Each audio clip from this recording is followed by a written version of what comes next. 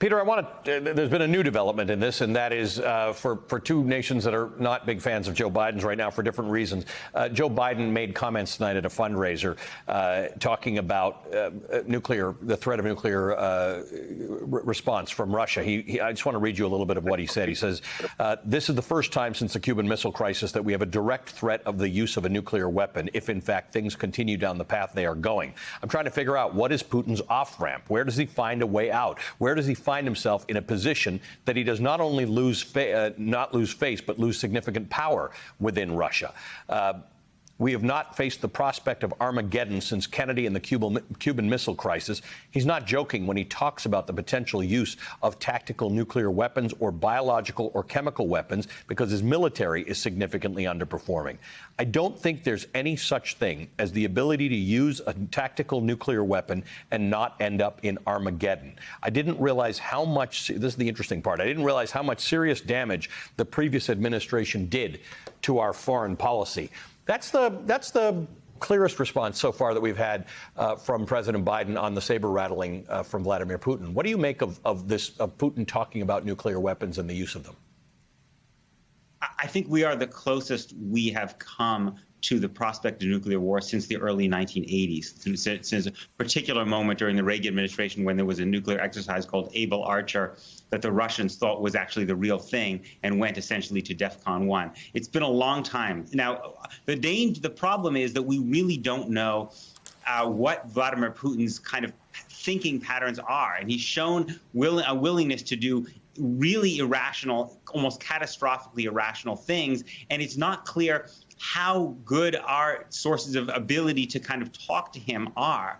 And that's what's so frightening. It's also not easy to see, as Joe Biden said, what the off-ramp is. I mean, assuming Vladimir Putin is not deposed, there's not going to be a peace agreement anytime soon, nor frankly, should there be. And the more success the Ukrainians have on the battlefield, the more desperate and dangerous Putin becomes. It's a very frightening situation. But Nick, I want to get your take on this. There are a few options. I hate to say this, but there are small nuclear weapons that in the arsenal of 1,200 weapons that Russia has, they could target a sparsely populated part of Ukraine or one of these places where there are a concentration of Ukrainian soldiers. They could target another place in Ukraine that isn't in the Russian-controlled territories. What do you think could happen here? Because the one danger of having a nuclear weapon as a deterrent is once you use it, the deterrent effect is gone. That's true. I mean, look, I think the general view among Russia experts and nuclear experts is that it is unlikely that Russia will use a tactical nuke or any other weapon, but possible. And, odds are, who knows? What is that, 20%, 10%? Nobody knows. And, that might be dropping it offshore. It might be dropping it in a remote area. It might be hitting a Ukrainian facility. But in some ways, I think the off-ramp metaphor is the wrong one. There isn't a good off-ramp. But Putin is going to be making his calculations. Is he better off using a tactical nuke or better off not using it? Right. And we can make sure that he understands that if he uses it, he gains little military advantage, and every one of his ships in the Black Sea is gone.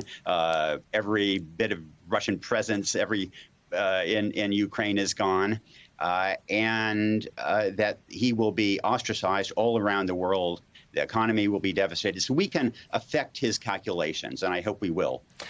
Peter, Senators Durbin and Chuck Schumer have called for something called NOPEC, which is an act that would treat OPEC like the cartel it is and allow lawsuits against it.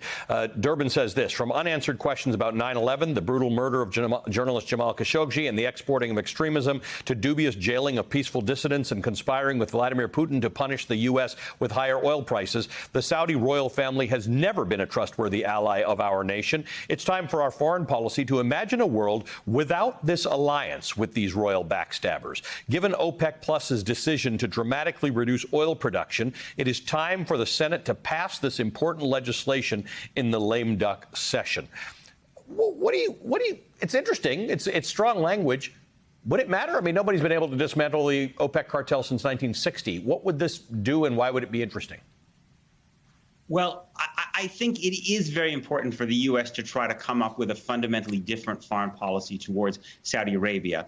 They're one of the worst human rights abusers in the world. According to Freedom House, their human rights record is even worse than Iran and Russia's, if you can believe that. And they're clearly, under Mohammed bin Salman, they don't essentially see the United States as an ally. The problem, though, is, and we need to be honest about this, is that Saudis and also the Emiratis, the UAE, have weaponized the corruption of our own political system. They have dumped both huge amounts of money into lobbying firms, into think tanks, into former politicians. It's not just the Trump family. One of the reasons that America hasn't been able to think clearly about a different kind of policy towards both of these brutal autocratic regimes is because they have spent so much money inside of Washington, and both parties have been tainted by it. Nick, I want to just read you something that Eugene Robinson, our good friend, wrote in the Washington Post. He said, Biden decided to try to get the U.S.-Saudi relationship back on a track consistent with American values and interests, hence the visit and fist bump in July. This oil production cut is the thanks he gets. Biden needs to realize that Saudi Arabia under MBS is more part of the problem than part of the solution, and to adjust U.S. policy accordingly, end quote, which is similar to what Peter was just saying. Biden did try. He got a lot of criticism, including from me, for making that trip to Saudi Arabia, which I didn't think was a good idea, but he thought so, and he's got good advisors. This is what happens. What's your take on it? I think that there was a misperception, and it's true in Washington and it's true in Riyadh, that somehow it's Saudi Arabia that has the leverage in our bilateral relationship because of their oil. And, obviously they do have some leverage. They can cause some damage. But at the end of the day, Saudi Arabia depends for its existence on our security support. Mm-hmm. Saudi Arabia's military forces can't beat a ragtag militia in Yemen and had to be bailed out. So, people say, oh, they can buy arms from France or from Russia. Yeah, they can, but they can't get the implicit security guarantee that comes with arms. And I think that, Gene is calling for kind of a reassertion of that sense of the leverage that we have. And I think that President Biden would be well placed to try to reestablish that. Yeah, we've talked about the economics and the politics, but you brought up a very important point, the security guarantees, implicit and explicit, that Saudi Arabia has. That's not a two-way street. Saudi Arabia's got that from the United States. Guys, what an interesting conversation. Love having you both here. Thank you so much. Peter Beinart and Nicholas Kristof. We appreciate your time.